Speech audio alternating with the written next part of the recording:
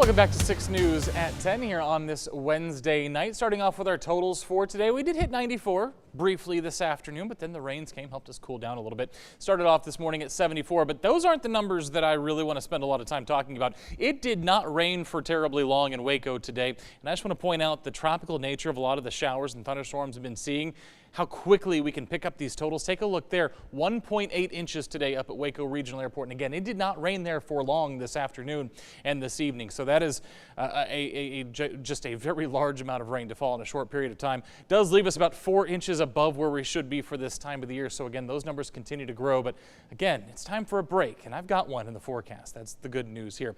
Some other totals from around Central Texas. Little River Academy, almost 3/4 of an inch, almost an inch in Rogers, about 2/3 of an inch, basically right on the money there in Goldthwaite. Kempner about 2.5 inches there.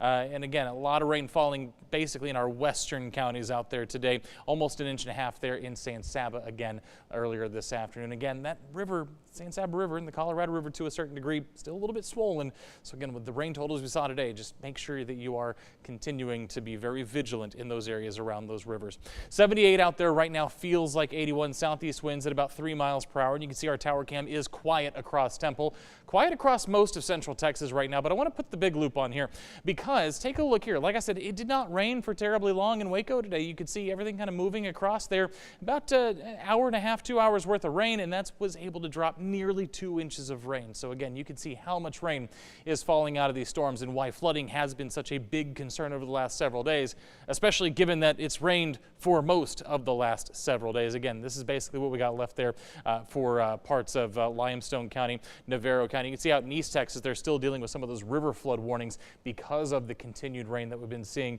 out along the Trinity and the Neches and the rivers out again off to our east.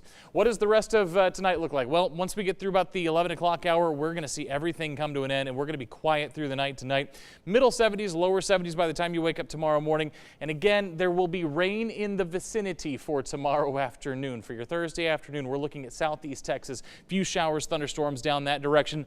I'm going to give it about a 10% chance that some of these storms may sneak into the I-45 corridor, but it's not a great chance. The good news there is that if we see rain on the east side of Central Texas, that means we are not seeing rain on the west side, where they absolutely do need a break, especially down towards the hill country. We need those couple of days to dry out because, again, I do have some more rain chances in the forecast. So let's get some sunshine and some drier weather in here the next few days. Again, everything, it looks like it's going to stay to the southeast. Again, something might sneak into the Brazos Valley, the I-45 corridor tomorrow, but not a great chance there for that. Otherwise, like I said, by the time you wake up tomorrow morning, temperature is going to be in the lower to middle 70s across Central Texas. For tomorrow afternoon, lower 90s.